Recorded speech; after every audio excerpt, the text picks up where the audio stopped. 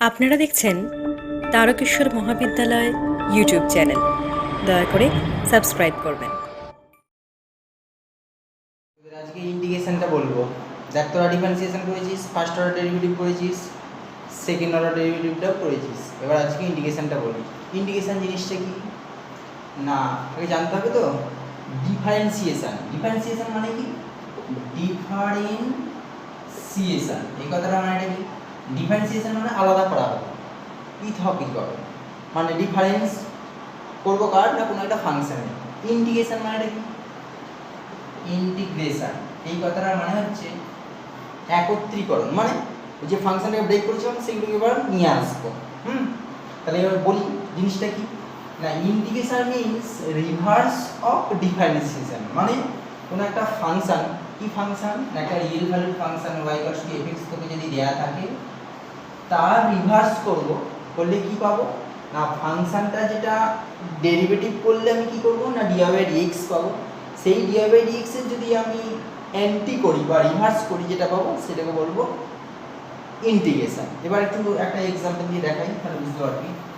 এক্সাম্পলটা কি, ধর এখানে কি আছে না y = x তোকে দেয়া আছে, এইটার কি না আমি ডিফারেন্সিয়েশন করছি। তাহলে dy/dx কি না, which implied dy/dx মানে dy/dx of x and this is equals to 1 আমি জানি। তাহলে কি পেলাম না dy/dx সমান 1। তাহলে কি না y = এই যে একটা রিয়েল ভ্যালুড ফাংশন, তার ডিফারেন্সিয়েশন করলাম উইথ রেসপেক্ট টু x, পেলাম 1। এখন এইটা যদি আমি রিভার্স করি মানে অ্যান্টি করি, তাহলে কি পাবো না, দেখ আমি ফাংশনটা ডেরিভেটিভ করে dy/dx পেলাম। তাহলে এবার যে dy/dx যেটা আছে সেটা থেকে করলে আমি তাহলে একটা ফাংশন পাওয়া উচিত, চেষ্টা করি। তাহলে দেখ এখানে কি আছে না dy/dx সমান x, এই এখানে 1 আমি পেলাম তো, x নয় 1।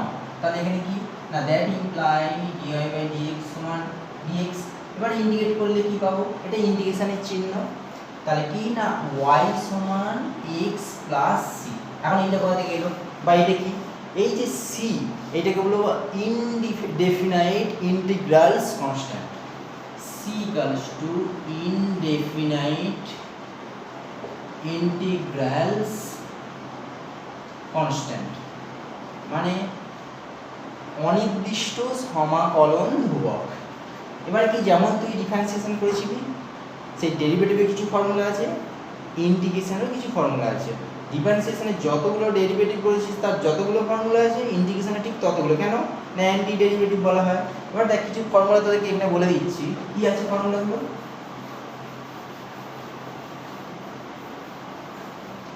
ইন্টিগ্রেশন x⁴n dx সমান কত, x⁴n + 1 / n + 1 + c, যেখানে n টা নট ইকুয়ালস টু -1, কেন না -1 হয়ে গেলে এখানে হবে না, ইনফাইনাইট চলে আসবে।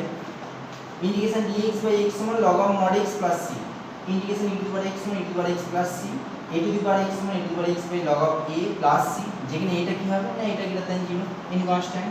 sin x এর integration -cos x, cos x এর integration -sin x, sec² x সমান tan x, cos x² এর integration -cot x, sec x tan x এর ইন্টিগ্রেশন sec x, আর cos x cot x এর -cos x dx। এবার আসছে কিভাবে না, আসছে কিভাবে দেখ একটা एग्जांपल দিই, এখান থেকে ফর্মুলাটা দেখিয়ে দিই।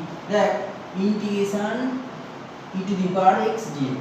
এখন দেখ আমি কি বললাম যে ইন্টিগ্রেশন এইটা অ্যান্টি ডেরিভেটিভ, আর এইটা যদি ডেরিভেটিভ করি কি পাবো না e⁴x এর ডেরিভেটিভ পেলে আমি কি পাবো না dy/dx অফ e⁴x, এর মানে কত না e⁴x।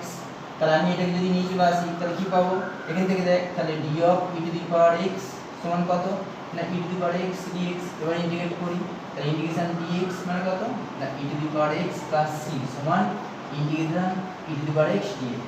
তাহলে e⁴x এর ইন্টিগ্রেশন হবে e⁴x + c, মানে কি ওই যে ইন্টিগ্রেশনটা করছি কোন একটা ফাংশনের, আগে প্রথমে বলেছিলাম তোদেরকে যে কি না ডিফারেন্সিয়েশন মানে পৃথকীকরণ, আর ইন্টিগ্রেশন মানে একত্রীকরণ, মানে নিয়ে আসছি। এবার ফাংশনটা যখন পৃথক করছি, ব্রেক করছি, ভেঙে যাচ্ছে তো, এবার যখন কিছুটা আনছি তখন কি হয় না কিছুটা পার্ট কম হয়, সেই কিছুটা পার্ট কম যেটা পাই সেটাকে বলবো সি দিয়ে, ইনডেফিনিট ইন্টিগ্রাল কনস্ট্যান্ট দিয়ে সেটাকে সি দিতে পারি, c1 দিতে পারি, k1 দিতে পারি, সেখানে মেনশন করে দেবে যে এটা সিটা কি। এবার দেখ এখানে ইন্টিগ্রেশনে কিছু 3-4টে এক্সট্রা চ্যাপ্টার রয়েছে, সেটাকে ইনডেফিনিট ইন্টিগ্রালে কিছু চ্যাপ্টারগুলোর কিছু অঙ্ক থেকে পড়তে হবে। সেই চ্যাপ্টারগুলো কি কি না চারটে বোধহয় চ্যাপ্টার আছে ওখানে। চ্যাপ্টারগুলো ফার্স্ট চ্যাপ্টার দেখবি ওখানে আছে method of substitution, method of substitution. 2 নম্বরে আছে দেখবি বাই পার্টস। 3 নম্বরে আছে সাম স্পেশাল ইন্টিগ্রালস। এরপর চলে যাবো যে ডেফিনেট ইন্টিগ্রাল, সেটা পরের দিকে হবে। আর আগে এখানে কি হবে, ডেফিনেট ইন্টিগ্রাল। তা এইখানে তোকে কি না প্রথম বেসিক কিছু অঙ্ক পড়াবো, আর কি তারপরে যাবো মেথড অফ সাবস্টিটিউশন, হয়েছে? এবার দেখ বেসিকের কিছু 2-1টা আমি অঙ্ক পড়াচ্ছি। যেমন ধর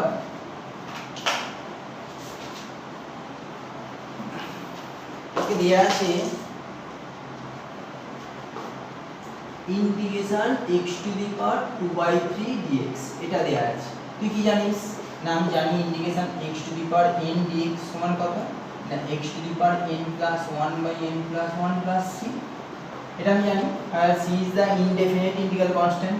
আমার এখানে কি দেয়া আছে না, আমার এখানে দেয়া আছে x⁴2/3, মানে এখানে n এর মানটা -1 এর সঙ্গে সমান না, তাহলে করতে পারবো this is equals to x⁴2/3 +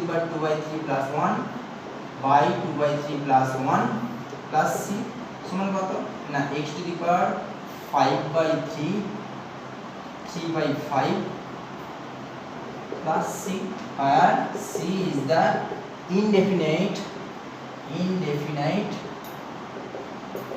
integrals constant, বা বাংলায় যদি বলিস অনির্দিষ্ট সমাকলন ধ্রুবক, এই হিসেবে লিখবি। আরো দেখ একটা एग्जांपल দেখাচ্ছি তোদের।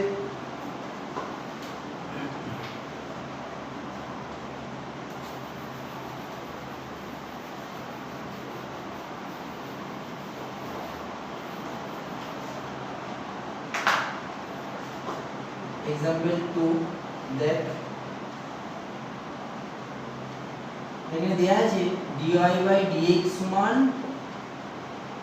sin 2x, তো sin 2x দেয়া আছে। তাহলে এখানে কি করব না dy এদিকে লিখলাম, 2 sin 2x লিখলাম, dx এদিকে লিখলাম।